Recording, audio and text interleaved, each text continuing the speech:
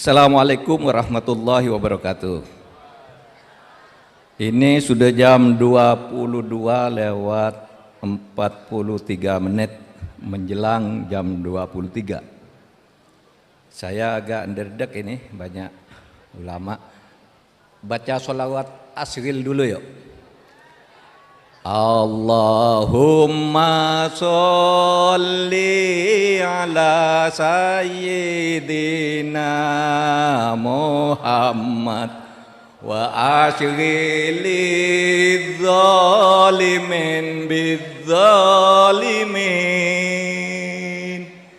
wa Allahumma sholli ala sayyidina Muhammad wa ashril zalimin bizzalimin wa akhrijna min bainihim salimin wa ala alihi wa sahbihi ajmain. Yang terhormat Ibu Sinta Nuriyah, para hadirin sekalian, saya singkat saja mau membacakan butir-butir fiqhus siyasah wa fiqhud dusturiyah, yaitu fikih politik dan fikih konstitusi dalam penafsiran saya atas pemikiran dan langkah-langkah Gus Dur. Saudara sekalian, Gus Dur membangun Indonesia dengan demokrasi. Agak aneh bagi sebagian orang. Kok bisa tokoh Islam kok pilihannya demokrasi? Kenapa tidak negara teokrasi Islam? Kenapa tidak khilafah Islamiyah? Saudara sekalian, Gus Dur itu adalah seorang yang sangat jenius. Tindakan-tindakan dan pikiran-pikirannya selalu didasarkan pada kaidah-kaidah fikih atau usul fikih. Sehingga misalnya Gus Dur memilih demokrasi, itu apa dasar fikihnya? Gus Dur adalah tokoh pesantren, tokoh Nahdlatul Ulama, tidak mungkin dia sembarangan. Kan mesti ada fikihnya. Kenapa memilih demokrasi? Bukankah dulu di dalam sejarah Islam pertama kali itu negara Islam ketika khalifah-khalifah itu sampai jatuhnya Ottoman, Turki. Nah, begini kaidahnya ini. Pertama, negara itu harus ada dan pasti ada. Tidak ada seorang pun di antara kita ini yang tidak bernegara. Misalnya, saudara, wah saya marah ini di Indonesia tuh banyak bencana gini. Saya tidak suka ke Indonesia, saya mau keluar. Mau kemana? Saya mau pergi ke Malaysia, ya Malaysia ya negara. Saudara ke sana datang, saya tidak suka Indonesia, masuk Malaysia, ditanya paspormu mana? Saya mau pindah ke Afrika, sama aja. Karena setiap orang pasti hidup di dalam negara, dan artinya pula setiap orang itu pasti berpolitik. Karena politik itu artinya salah satunya adalah negara. Negara itu adalah organisasi politik yang tertinggi yang dimiliki oleh satu bangsa. Dan oleh sebab itu di sini negara sebagai alat untuk berjuang. Di dalam Islam apakah ada ajaran bernegara? Ada. Buktinya Nabi Muhammad mendirikan negara. Al-Quran bercerita tentang banyak negara. Qulillahumma malikul mulk. Ada itu negara. Ada as-sultan. Ada khulaif, para pemimpin-pemimpin negara. Ada ad-daulah. Ada al-balad, ada al-bilad, itu negara semua. Kalau begitu Islam mengajarkan negara. Lah kenapa kok Gus Dur tidak milih negara Islam? Karena di dalam Islam negara itu hanya alat. Sedangkan sistemnya bisa apa saja yang diperlukan dan cocok kepada bangsa itu. Yang penting mala yatimul wajib illa bihi fahuwa wajib. Jika sesuatu tidak bisa kamu lakukan, kalau tidak mempunyai atau melakukan sesuatu, maka mempunyai sesuatu itu wajib hukumnya. Jika beribadah tidak bisa kamu lakukan dengan baik, kalau engkau tidak punya negara merdeka, maka punya negara merdeka itu wajib hukumnya. Itu dalilnya. Kenapa? Karena kita ini hidup di dunia adalah beribadah kepada Allah, beramar ma'ruf nahi mungkar, berbuat kebaikan di bumi. Nah, itu harus lewat negara. Nah, oleh sebab itu tadi pertanyaannya, kok Gus Dur milih demokrasi? Karena Islam sendiri hanya mengajarkan prinsip negara tapi tidak mengajarkan sistem bernegara. Tidak ada. Saudara mungkin akan mengatakan, "Loh, Nabi bikin negara. Kan ada hadis, kutinggalkan kepadamu dua hal, yang manakala kamu pedomani, maka kamu akan selamat." Apa dua hal itu? Al-Quran dan As-Sunnah. Berarti kita harus ikut Nabi dan Sunnah Rasul. Tapi coba, apakah saudara mau mendirikan negara seperti Nabi? Tidak bisa. Sistem negara seperti Nabi itu dilarang oleh agama.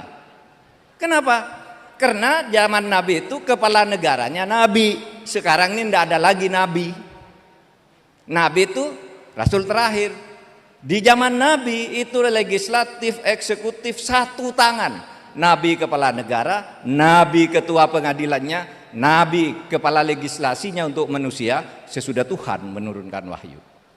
Oleh sebab itu sistem negara yang dilakukan oleh Nabi tidak boleh kita tiru, tidak bisa, bukan hanya tidak boleh.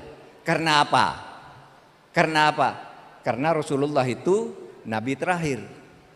Maka Muhammadun aba ahadim mir rijalikum walakin Rasulillah wa khataman nabiyyin. Tidak akan ada nabi lagi, oleh sebab itu tidak boleh ada negara seperti Nabi.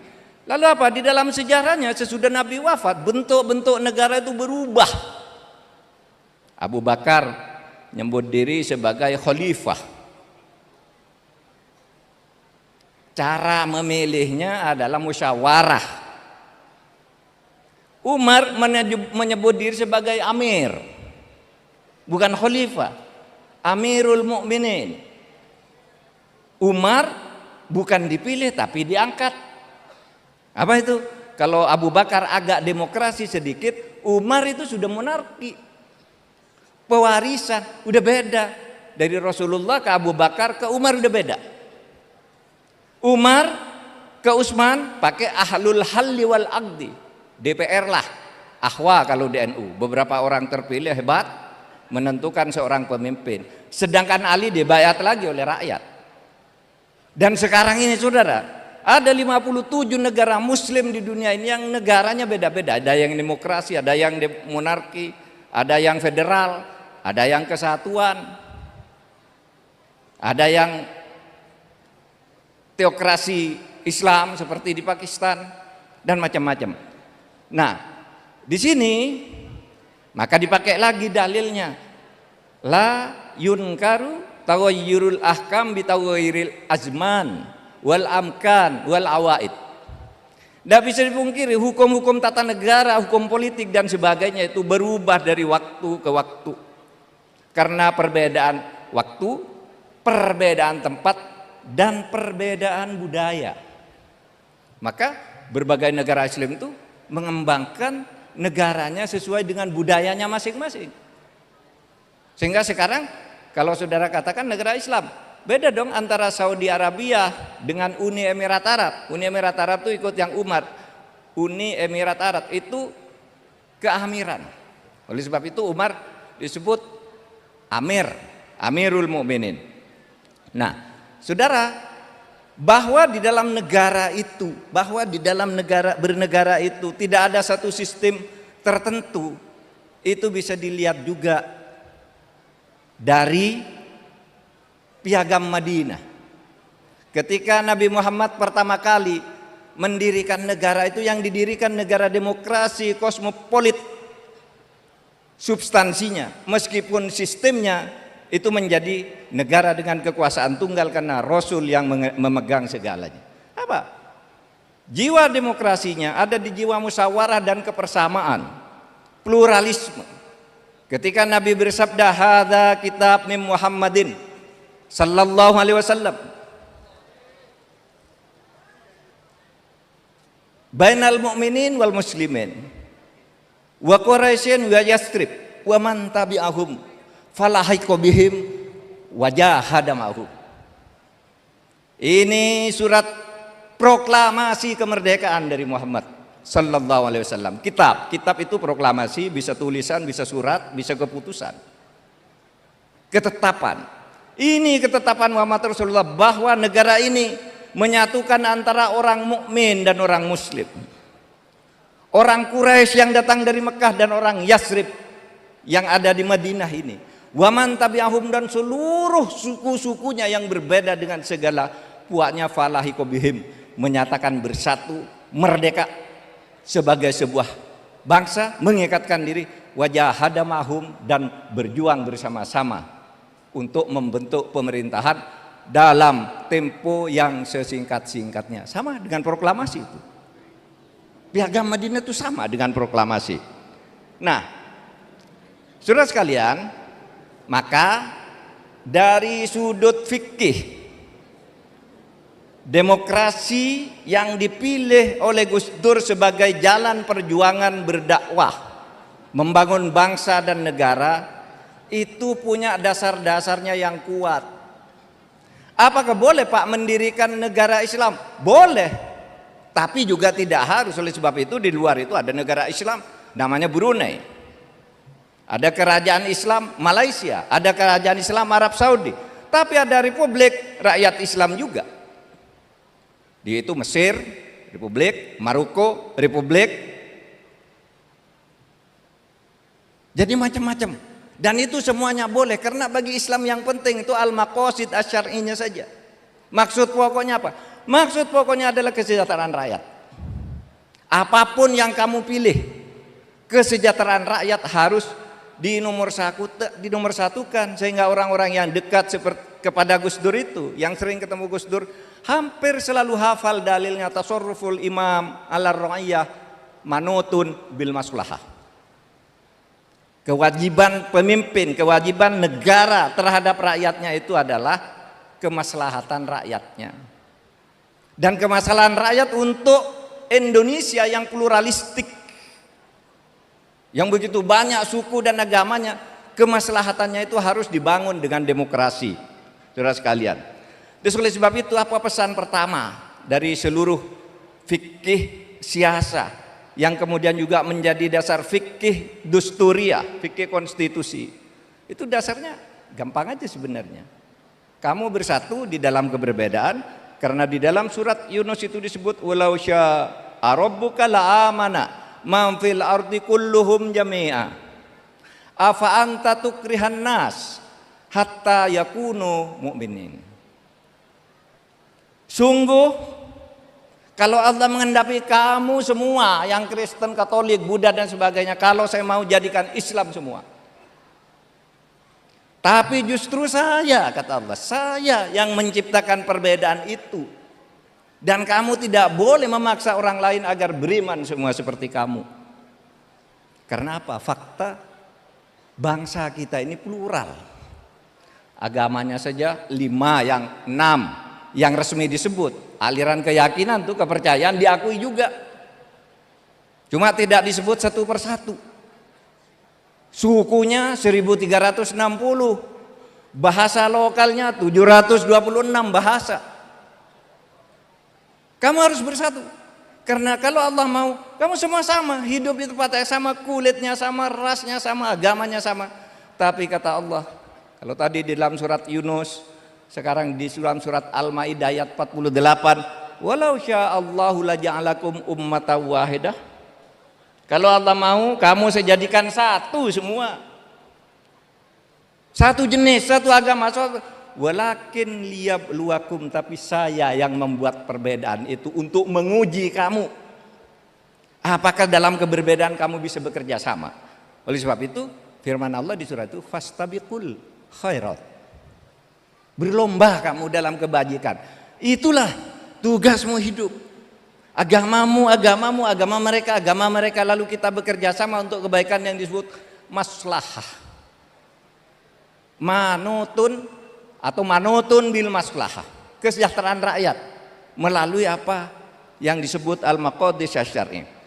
Nah, saudara-saudara, terakhir, prinsip yang sering disampaikan oleh Gus Dur. Prinsip yang sering disampaikan oleh Gus Dur itu 3. Itu mirip-miripnya yang disampaikan di Revolusi Perancis. Dulu ada 3 prinsip demokrasi itu. Apa? 1, liberté. 2, égalité. 3, fraternité. Liberté itu kebebasan bagi setiap orang warga negara, punya kebebasan yang sama di dalam negara demokrasi itu. Bahkan bermimpi pun harus bebas. Bercita-cita apapun setiap orang bebas. Ini satu cerita agak lucu nih. Satu saat Gus Dur ikut penataran P4 nih, kata teman-teman seangkatannya nih cerita. Ikut penataran P4, bercerita tentang Indonesia adalah negara demokrasi. Menurut Bung Karno tuh demokrasi ini ceritalah Bung Karno. Gus Dur tidur, yang biasa tidur Gus Dur. Tidur lalu dibangunkan dia. Gus, bangun. Dengar enggak kamu tadi? Itu ada ceramah tentang demokrasi Indonesia, kamu ngikutin enggak? Enggak ya katanya. Terus kamu gimana? Saya baru tidur bermimpi bertemu dengan Bung Karno. Itu di penataran P4. Saya bermimpi bertemu Bung Karno, lalu Bung Karno memberitahu kepada saya, demokrasi itu begini loh. Kerakyatan, ada DPR, ada apa gitu.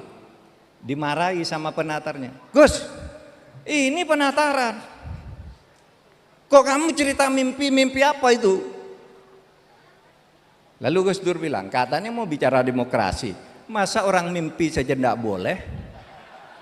Ini Gus Dur cara menerangkan enak. Mimpi aja tidak boleh, kamu bicara demokrasi apa? Memperjuangkan hak rakyat tidak boleh, mau bicara hak apa? Kamu kuasa sewenang-wenang, tidak memberi kesempatan kepada rakyat untuk berekspresi dan sebagainya. Kok tidak boleh? Itulah liberté. Tapi saudara, liberté itu akan merusak kalau tidak dikawal oleh aturan bersama yang disebut hukum dan keadilan. Oleh sebab itu ada égalité. Ya, kesamaan kedudukan di depan hukum dan pemerintahan. Tidak boleh ada diskriminasi. Tidak boleh hanya orang memperjuangkan kelestarian lingkungan hidup lalu dipersekusi, didiskriminasi, dibully, macam-macam, ditakut-takuti, tidak boleh. Kalau terjadi pengadilan, adili dia dengan bebas. Berikan hakim kemerdekaan, turuti putusan hakim. Lalu yang ketiga, fraternity. Fraternity itu artinya apa? Kebahagiaan, persaudaraan, keadilan sosial. Sehingga di situ dalam persaudaraan itu ada kebahagiaan bersama. Itulah yang disebut kesejahteraan. Al-maslahah namanya. Nah itulah gampang toh fikihnya Gus Dur, dan itu konsep seperti itu, saudara. Lama zaman Orde Baru dihantam habis oleh orang Islam, dianggap melanggar aturan agama, tidak setia kepada Islam karena dalilnya demokrasi itu oleh Barat. Tapi begitu ada reformasi,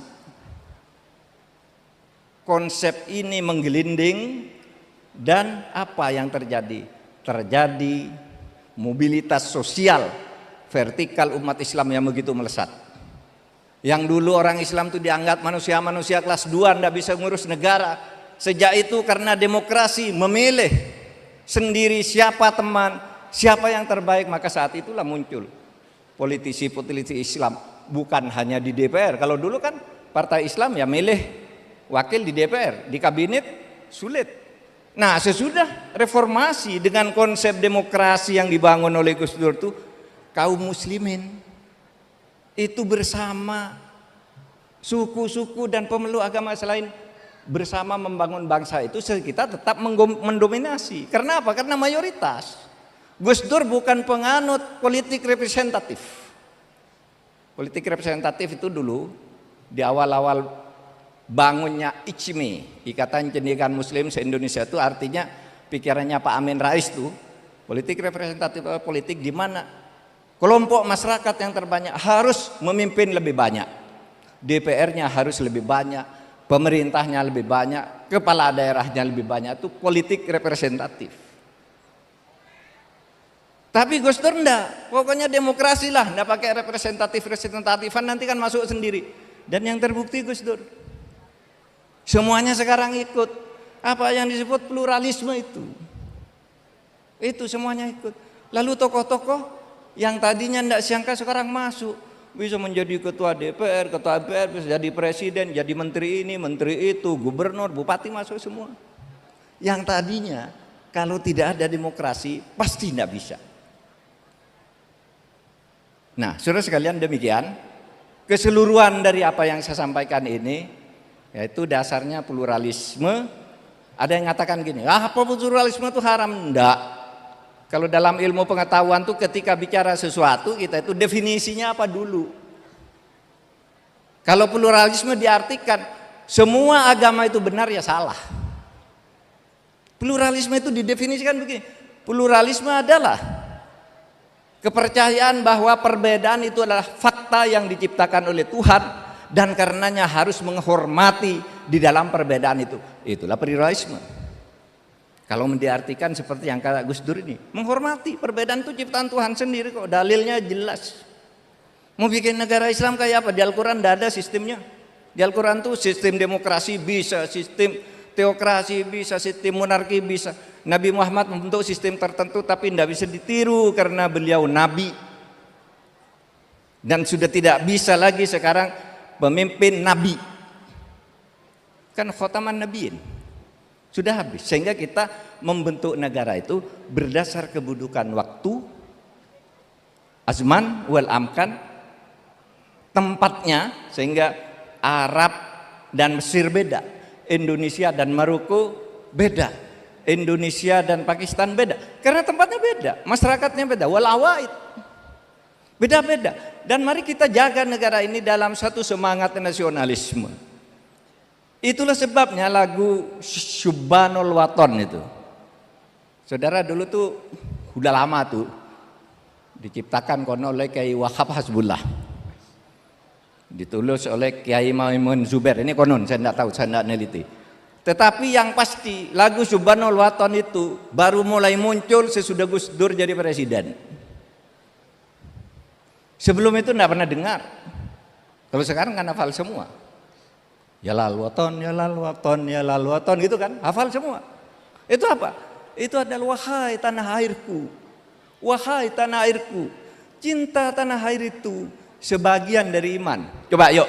Ya lal waton, ya lal waton, ya lal waton, hubbul waton minal iman, wala takun minal khirman, inhadu ahlal waton, Indonesia biladi, anta unwanul fakhoma, kullu ma ya'tika yauma tomihan yalqa khimama, kullu ma ya'tika yauma tomihan yalqa khimama. Saudara, di pelosok Aceh, ini kan di Jawa nih, NU nih yang bikin ya lal waton. Di Aceh itu begitu perang Aceh berakhir dan Aceh dinyatakan kalah, di situ menggelora perlawanan melawan Belanda, dan mereka mendengar tuh bahwa di Indonesia sudah muncul gerakan-gerakan kemerdekaan. Di Jawa muncul gerakan kemerdekaan yang bernama Indonesia. Apa lalu? Di sana ada lagu juga yang orang Jawa tidak hafal. Apa bunyinya? Ya abna'ana jinsana Indonesia, kum min naumikum wandur ila watnikum. Tidak ada yang hafal kecuali orang Aceh.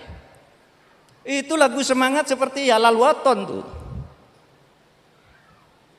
Ya abna'ana, hai anak-anakku, kebangsaan kita ini Indonesia. Bangun kamu, kum.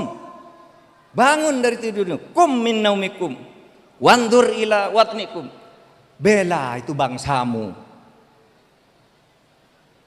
Lalu ada watoni anta abunli salisun min abawaini watoni anta hayati wa muna nafsi wa aini. Itu di Aceh. Apa? Watoni itu ya lalu waton. Watoni, wahai tanah airku, anta abunli, engkau adalah orang tuaku. Wahai tanah airku, engkau adalah ayahku. Salisun min abawaini, orang tua yang ketiga sesudah ayah dan ibuku. Oleh sebab itu kamu harus saya bela di dalam satu kebersatuan kita sebagai sebuah bangsa. Waton. Nah saudara sekalian, demikian, tidak usah terlalu malam, ini sudah jam. Wah, sorry, saya tadi mau bicara seperempat jam, ini udah 25 menit. Terima kasih atas perhatiannya. Mari kita doakan agar Gus Dur senang melihat kita semua. Beliau pasti melihat kita, karena menurut Al-Quran, wala taqulu liman yuqtalu fi sabilillahi amwat bal ahya. Jangan kau kira orang yang sudah meninggal itu betul-betul mati. Yang pergi itu hanya fisiknya, tapi ide-idenya dan semangat perjuangannya selalu bersama kita. Begitu. Allahumma sholli ala sayyidina Muhammad wa ashghilid dhalimin bidzalimin. Allahumma sholli ala sayyidina Muhammad wa ashghilid dhalimin bidzalimin wa akhrijna min bainihim salimin wa ala alihi wa sahbihi ajmain. Assalamualaikum warahmatullahi wabarakatuh.